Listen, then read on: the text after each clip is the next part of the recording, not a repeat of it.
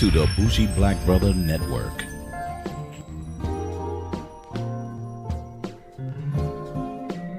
Good afternoon and welcome to Urban Wine Life. I'm Michael, your Bougie Black Brother, and I'm here for my Happy New Year session.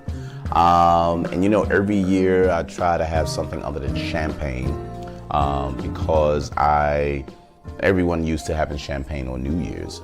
So for the last couple of years, I did a cava, which is Spanish, an Asti Spumante Italian, as well as a Prosecco. And I've done the Prosecco a couple of times. So I wanted to do something kind of different. So I went with, if you look here, it's called a Dr. L, or the Loosen Brothers, Loosen, Riesling.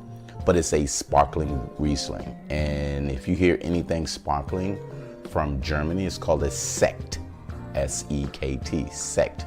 And the Germans love sparkling any goddamn thing. So they're the most consumers of sparkling wines. And Riesling was something I wanted to try because I wanted to get something a little more sweeter than normal. You know, the only other ones that came a little closer was the Asti Spumante or some of the Prosecco, depends on which ones you get. And then that type of actual brut or semi-brut or anything in that matter. Brut is usually distinguished as being dry. But I wanted to try this year for New Year's this Dr. L Riesling, because I was like, wow, I've drunk Rieslings most of my life when it came to drinking Riesling wines. So I wanted to really try this year. What makes this one a little different is they call it it's a type of way they actually store it, and it's a Charmat method, C-H-A-R-M-A-T, where it's in the second fermentation is in a pressurized tank.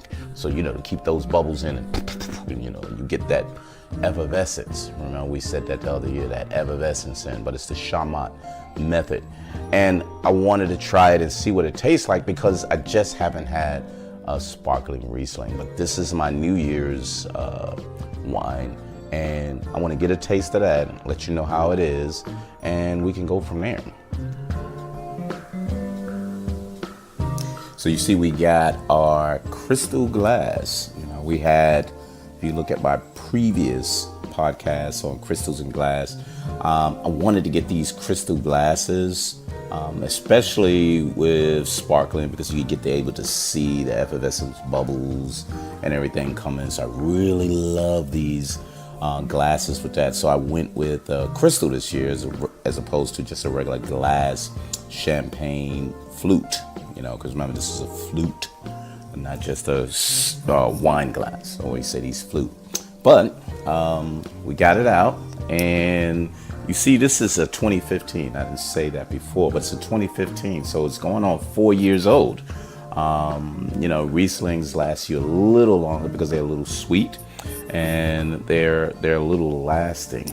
So if you check this out, during that year, it was kind of rated a 91. Look at that.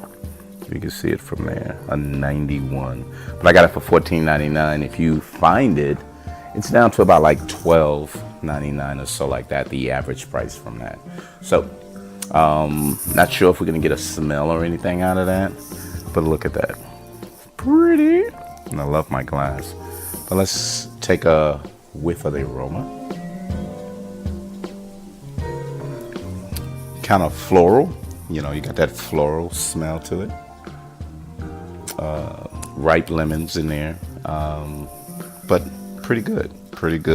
Nothing really popping out as much. I poured a little too much in there, you see that? I poured a little too much. Let's get a taste now. Let's drink it.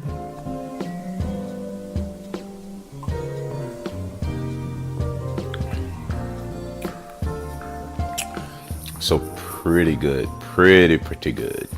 You can taste that the effervescence is still there. It's still a little bubbly.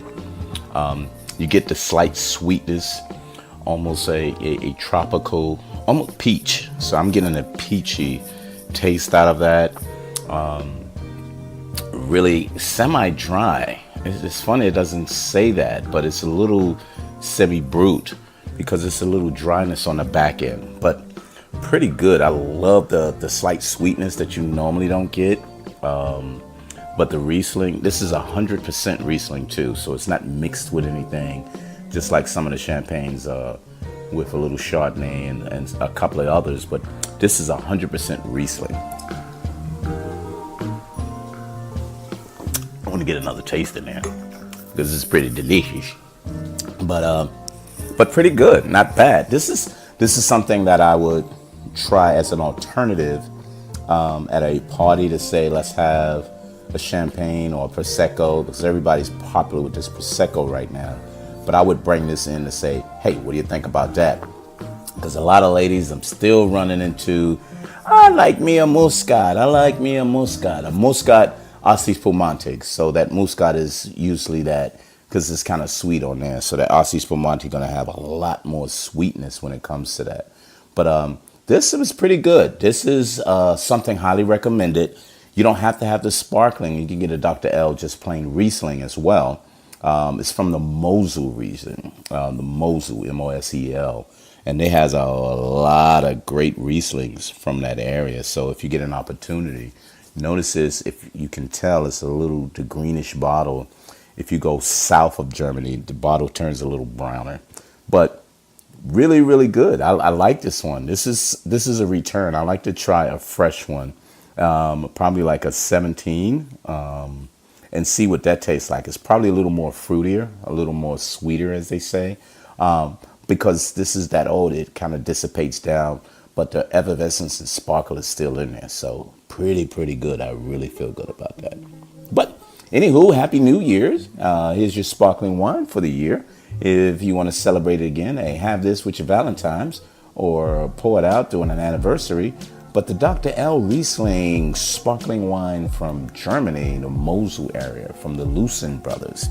I hope you enjoyed it, and see us on urbanwinelife.com or any of your podcast downloads every Friday. So we'll see you next week, and have a great and happy New Year.